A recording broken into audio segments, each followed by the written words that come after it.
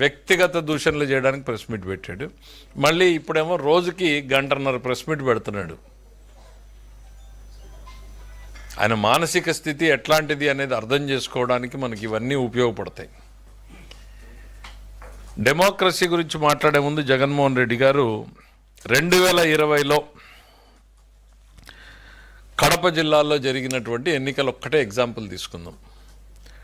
79% జెడ్పీటీసీలు ఏకగ్రీవంగా జరిగాయి. ఎంపీటీసీలు 76% ఏకగ్రీవంగా జరిగాయి. ఓన్లీ కడప జిల్లా, ఆయన జిల్లా గురించే నేను చెప్తున్నాను, ఇంకా రాష్ట్రం గురించి చెప్పట్లా. అది రాష్ట్రం మొత్తం కళ్ళు తెరిచి చూసింది ఆ రోజు ఏం జరిగింది అనేటువంటిది. 79% జెడ్పీటీసీలు 76% ఎంపీటీసీలని ఏకగ్రీవంగా చేసుకున్నటువంటి మీరు ఈరోజు డెమోక్రసీ అంటూ పెడబొబ్బులు పెడుతూ పొర్లు దండాలు పెడతా ఉంటే ప్రజలు నవ్వుకుంటున్నారు. మీరు డెమోక్రసీ గురించి మాట్లాడితే దయ్యాలు వేదాలు వల్లించినట్టు అవుతా ఉంది. ఇది ఈ ఎన్నికలకి స్టేట్ ఎలక్షన్ కమిషనర్ ఎవరు? మీరు నియమించిన వ్యక్తే. ఏదో కొత్తగా వచ్చి ఎవరినో అక్కడ పెట్టి లాస్ట్ టైం అంటే ఏదేదో మాట్లాడారు. ఎవరు లేదే, సేమ్ పర్సన్. మీరు నియమించిన వ్యక్తుల మీద కూడా మీకు నమ్మకం లేదా? అఫ్కోర్స్ ఆ అవకాశం ఉంది, ఎందుకనంటే తల్లిని చెల్లిని కూడా నమ్మేటువంటి పరిస్థితుల్లో లేనప్పుడు ఇక మీరు నియమించిన వ్యక్తుల్ని మీరు ఏమాత్రం నమ్మరు. అది మీ క్యాడర్ తెలుసుకోవాలి. మీరు ఎవరిని నమ్మరు అనేటువంటిది మీ క్యాడరు, మీ లీడర్లు తెలుసుకుంటే మంచిది, వాళ్ళ భవిష్యత్తు అన్న బాగుంటుంది. 30 సంవత్సరాల తర్వాత, దాదాపు 40 సంవత్సరాల తర్వాత పులివెందల్లో డెమోక్రటిక్గా ఎన్నికలు జరిగాయి. దానికి బెస్ట్ ఎగ్జాంపుల్ 11 మంది నామినేషన్లు వేశారు. ఒకరు కాదు, ఇద్దరు కాదు, 11 మంది నామినేషన్లు వేశారు. మీరు నిజంగా ఫోర్స్ చేయాలి అనుకుంటే మీలాగా ఏకగ్రీవం చేసి ఉండొచ్చు, లేదు ఇతరులు వేయకుండా ఆపుండొచ్చు. 11 మంది నామినేషన్లు వేశారు అని అంటేనే ఎన్నికలు ఎంత స్వేచ్ఛగా జరుగుతాయన్నటువంటి నమ్మకం కలిగిందో ఆ క్యాండిడేట్లు పోటీ పడ్డం చూస్తేనే అర్థమవుతుంది. మీరు ఇంకా ఏదో మాట్లాడుతున్నారు, డీటెయిల్స్ ఇవాళ కడపలో కూర్చుని మా వాళ్ళు అక్కడి నుంచి డీటెయిల్స్తో సహా ప్రెస్ మీట్ పెడుతున్నారు జగన్మోహన్ రెడ్డి గారు చెప్పిన దాని మీద. ఏంటి పోలింగ్ బూతుల్లో ఏజెంట్లే లేరు అని. అంటే ఎంత కాన్ఫ్లిక్టింగ్గా మాట్లాడతారంటే 11 మందికి ఒక్కొక్కరికి ఇద్దరినిచ్చారు ఏజెంట్లు. ఒకరు ఏజెంటు, ఒక రిలీవింగ్ ఏజెంట్ ఇస్తే అందరూ బూతుల్లో ఉన్నారు. ఒకటో ఇద్దరు మీ దగ్గర మీ వాళ్ళు ఎవరైనా ఉండకూడదు, ఈ అవమానం చూడలేమని ఏమన్నా వెళ్ళిపోయారా మాకైతే తెలీదు.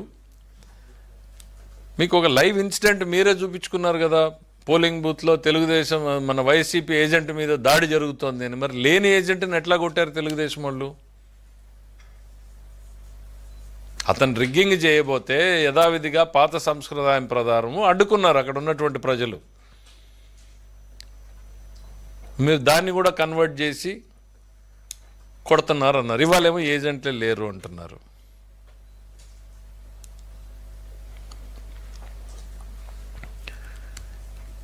ఇంకా ఆయన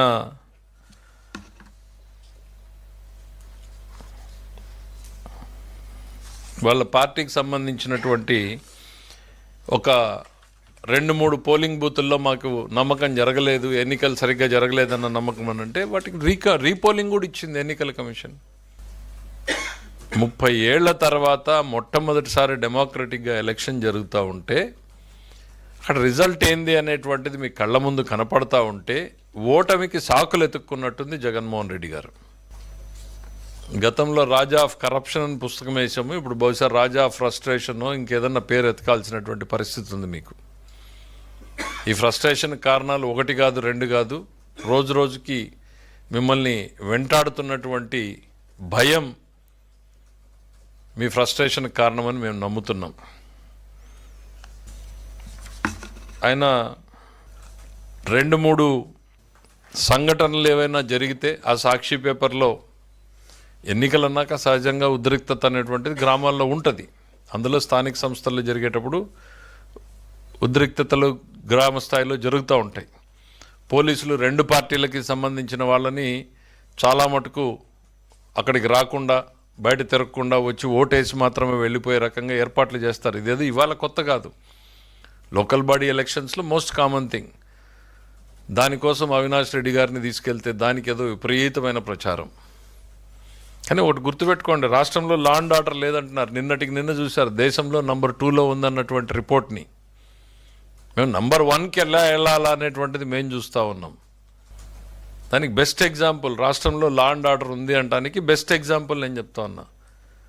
దేశంలో అత్యంత ప్రతిష్టాత్మకమైనటువంటి సిబిఐ అవినాష్ రెడ్డిని కనీసం టచ్ చేయలేకపోయింది. ఇవాళ ఒక కానిస్టేబుల్ వెళ్ళి మీరు ప్రివెంటివ్ అరెస్ట్లో ఉన్నారు అని తీసుకురాగలిగాడు. That is the power of the police in this government. Law and order ఒక కానిస్టేబుల్ కూడా నియంత్రించగలడు అనడానికి ఇవాళ కళ్ళ ముందు ఎగ్జాంపుల్. మేము చట్టాన్ని ఇంప్లిమెంట్ చేయడానికి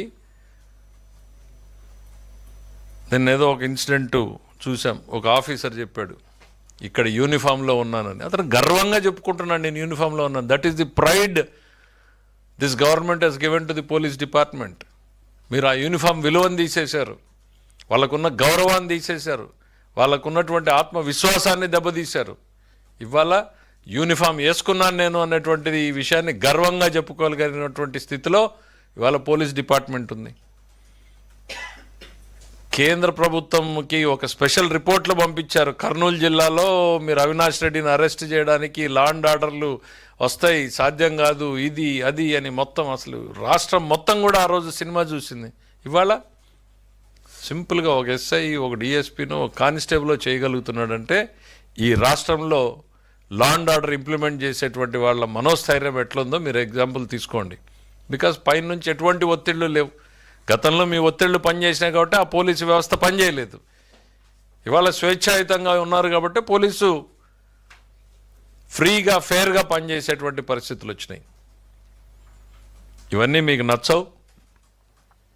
డెమోక్రసీ మీద అసెంబ్లీలో కూడా కావాలంటే ట్రైనింగ్ క్లాస్ పెడతాం.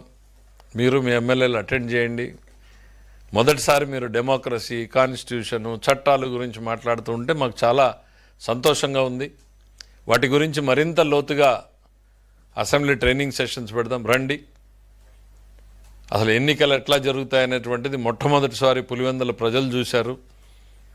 ఇంత స్వేచ్ఛగా ఎన్నికలు జరిగినందుకు వాళ్ళు పండగ చేసుకుంటున్నారు. మీకు ఇబ్బందికరంగా ఉండొచ్చు, మీ పునాదులు కదులుతూ ఉండొచ్చు. మీరు ఇన్ని సంవత్సరాలుగా అక్కడ భయం అనేటువంటి దాన్ని ఏదైతే నిర్మించారో ఆ భయంని ఇవాళ పోలీసు వ్యవస్థ కావచ్చు, స్వేచ్ఛాయుత ఎన్నికల సంఘం కావచ్చు, ఆ భయాన్ని పారదోలి స్వేచ్ఛాయుతంగా ఎన్నికలు జరిపేటువంటిది వచ్చినప్పుడు భయం మీకు మొదలైంది. ఇప్పుడు ప్రజలకు భయం పోయింది, భయం మీకు మొదలైంది అనేటువంటిది జగన్మోహన్ రెడ్డి గారికి తెలియజేస్తున్నాం. ఇక